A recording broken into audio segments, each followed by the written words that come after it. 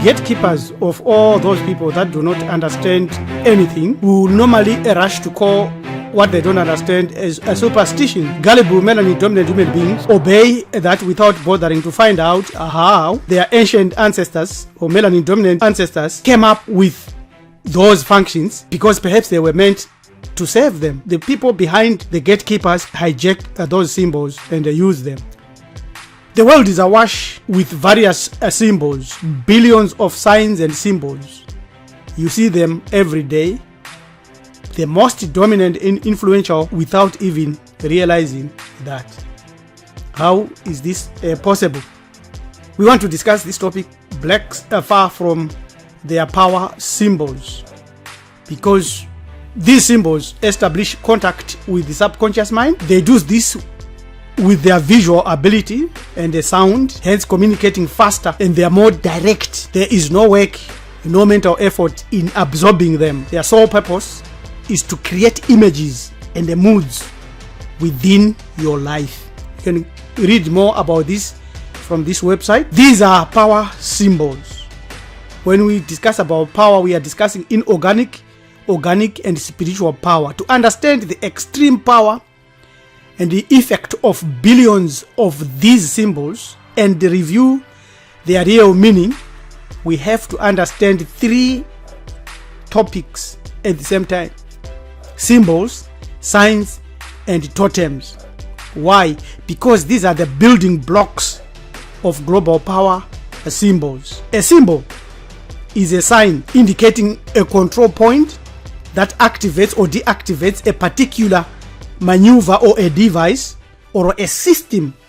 It may be a rocker switch, a toggle switch, a push button, a switch, or a virtual switch. This is very, very important because we are dealing with something that transcends physical and spiritual. So a virtual switch is more like a very great example to use on the interfacing of the symbols, the signs, as well as totems and their effects. This is a Chinese totem, because what we know is that oldest and ancient Chinese were black people, melanin-dominant human beings.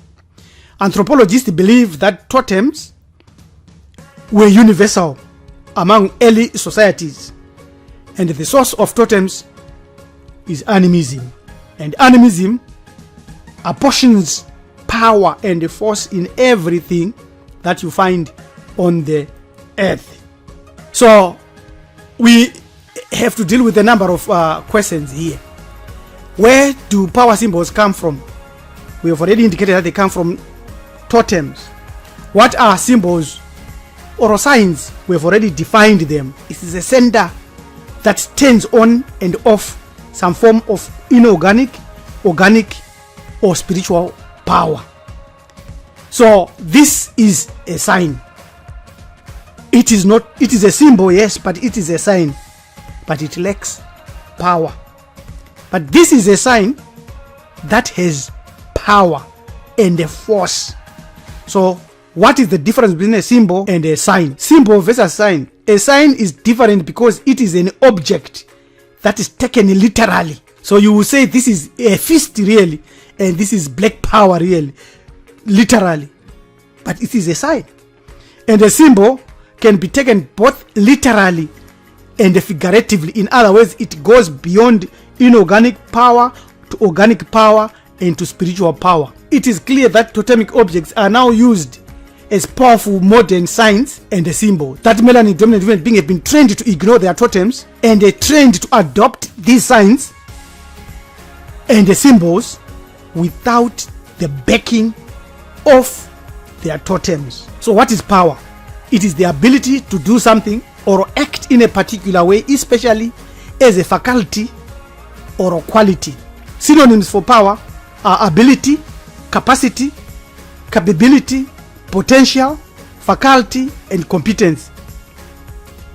So a device applies that mechanical electrical power, and then there is motion and movement and speed and force. That is what we are saying.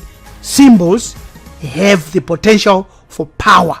Signs have no potential for power.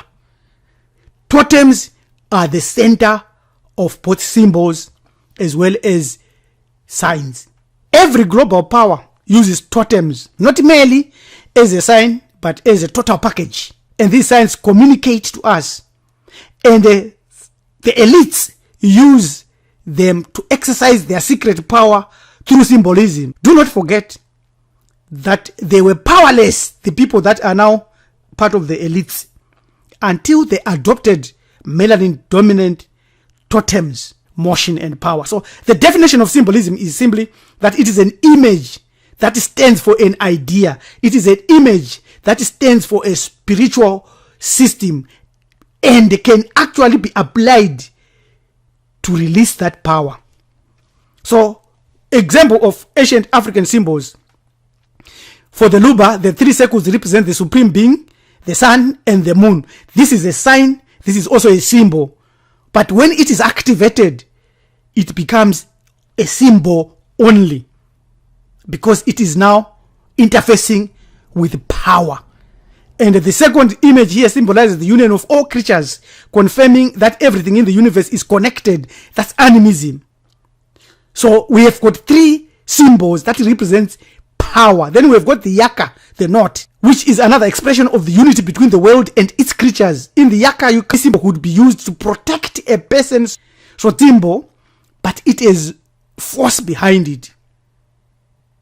It's a sign to others, and to millions it will be a sign. But to those that know, it is a symbol as well as a source of power.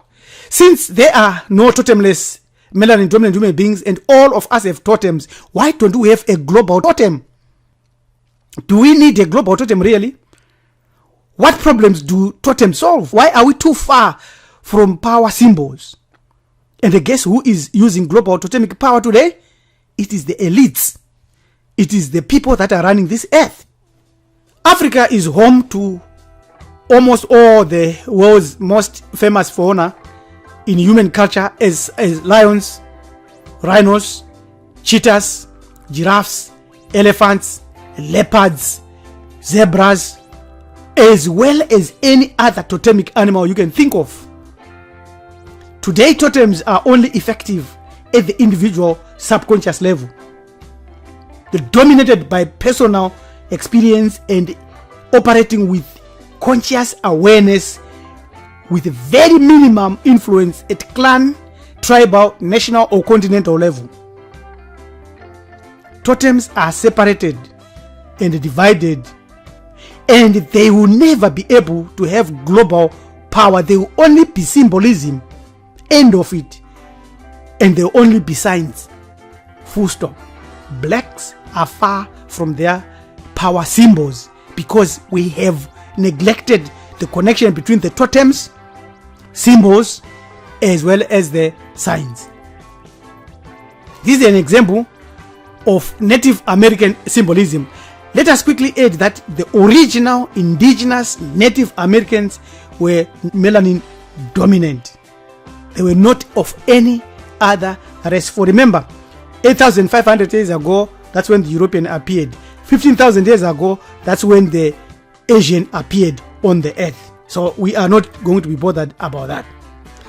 There are ideological, emotional, reverential, and genealogical relationships of social groups or specific persons with animals or natural objects arising from totems. So these are the Akan clans and their totems, and their characteristics and the traits that the tribe with that totem should have. So if your totem is a parrot, eloquence and frankness. If your totem is a leopard like the Bruetua, it is aggressiveness, exceptional bravery. So these are the totems also with similar characteristics found in Zambia and Zimbabwe, these totems. Most cultures use special names and emblems, symbols, or signs to refer to their totem and derive enduring identity with millions others scattered all over the earth.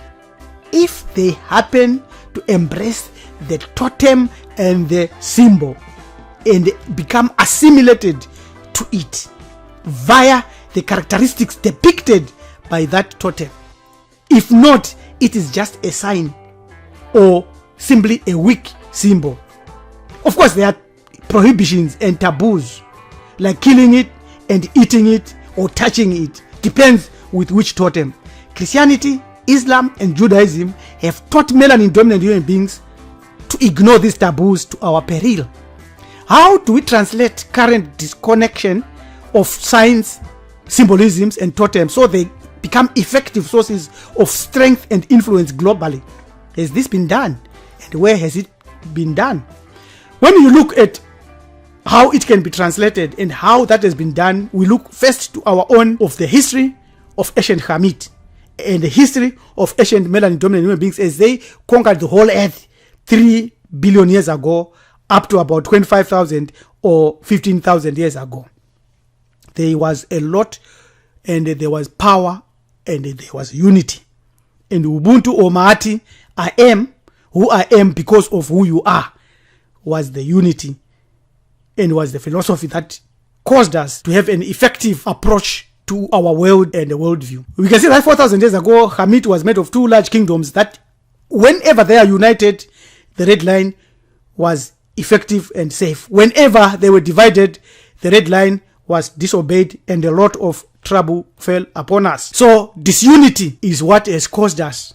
Africans are disunited, while it's the European elites, only the elites are united in their goal to continue to rule the earth. It's not every European that understands the mechanisms and systems of how their elites are running and controlling the earth. It's only the top European elites. These elites have usurped melanin-dominant totems secretly and used them as continental symbols. So we're going to show that they have been able to take these totems and build the infrastructure of their power. The United States usurped ancient Horesu, the symbol, as well as the sign, and they apply it as their power via the bald eagle, America's national bird. The bald eagle was chosen because of its association with authority and statehood. In fact, the eagle has been used as a symbol of governmental power since Roman times. So since the Greeks learned about it, they took it and they are using it effectively. America has 50 states working under their totem of the bald eagle, stolen from Horesu. Africa has 54 fighting individual divided states with very weak power. When you go to the United Kingdom, these are all their totems. They took totems from the British Empire, from the people they met as they conquered the whole earth, and adopted them and modified them as their symbols, as their totems, not only as signs. To many, these are signs, but to the elites, those that are in the know, these are symbols of their power. They switch on and off using these symbols. There is not even one lion in the United Kingdom, yet they adopted 3 lions and they use it in conjunction with the unicorn and their crown to rule the whole earth. Africa, with all the cheetahs, the giraffes, the antelopes, the hippos, the leopards, zebras, African elephants, snakes, and you name it, among many others, failed to unite and to use their totemic heritage to dominate the earth. They are told that their totems are demons. China wants to rule the whole world, the whole earth, to control it. They adopted their totems. They call them national animals, but we know them as totems. There are 23 provinces in China. These provinces are united under the panda, the dragon. That's how they are ruling and continue to rule. These 23 states or provinces in China are controlled by the Chinese Communist Party. They adopted their totems, which are a functional entity, giving them formalized, practical, adaptable power via the red dragon to rule the earth.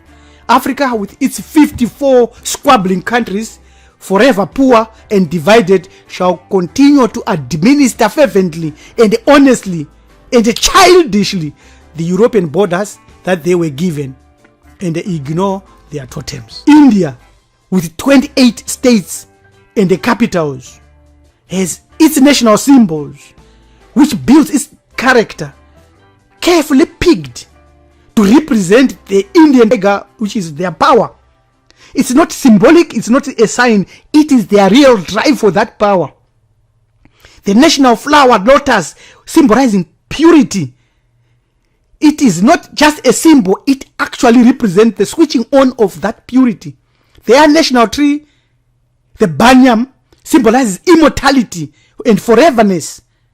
And the peacock, their national bird, symbolizes elegance and pride.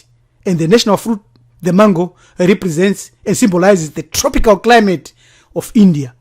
Africa and all other melanin-dominant continents fight to defend Islam, Judaism, and Christianity, and ignore their totems and totemic power, and they cherish the symbols of death and destruction they were given by the colonizers and the enslavers. Russia is the same story. The golden two-headed eagle on a red background represents the country's rule and the cult of the sun. The Russian Federation is united, former Union of Soviet Socialist Republics countries, whereas Africa, with 54 of squabbling, fighting, jealousy, so-called countries or nations fighting to protect the borders that Europe drew for them. The lack of unified melanin-dominant totem is the reason why every melanin-dominant black person on earth, whether they have got totem or they don't have a totem, they are powerless. What is the remedy? Most of all, it is unity. And the next step in your individual understanding, after you remove all these ideologies of borders, is to move away from the symbols that were given to you by the colonizers. Symbols like this and the symbols like this that demarcates Africa and divides it and puts a small Africa, while East Africa is the largest continent on earth. Most of our rallying centers are signs and symbols given to us by the people that discourage our unity around a totemic pointer. Since we have failed in establishing and maintaining our collective subconscious as melanin-dominant humans and sadly rally in all kinds of archetypes or totems, we suggest that we unite in a single purpose around only 5 totems. Then we use them in our libations, in our prayers, and the focus using any of them as symbols and the signs for our power and the switching on our power. We must work smarter, hardest, and call upon their strength, these totems, for wisdom and power to result in our lifetime for real maturation in cultural and historical as well as genetic affiliation. With billions of signs and symbols awash on the earth, which we encounter every day, our only hope is through a dominant and influential totemic list, which we will adopt en masse without doubt to neutralize other forces. These are the totems that we suggest as Marifado. Subscribe to our channel, Hamiti Iburu Ethics, and send us an email on join@marifado.com. This picture Rabbi LM Tumizulu saying, till we meet again, Siabonga, Tatenta, Edupe, Asante, Sana. May the lion give you bravery, and the tiger give you that fighting spirit, and the eagle give you the perception to see far, in front, now, and the back, and the viciousness of the shark protect you and they give you that power never to surrender, to fight in any circumstances, under any conditions, under any energies. And the power of Anubisa be with you forever and ever. Amen. Amen. Amen. Ra.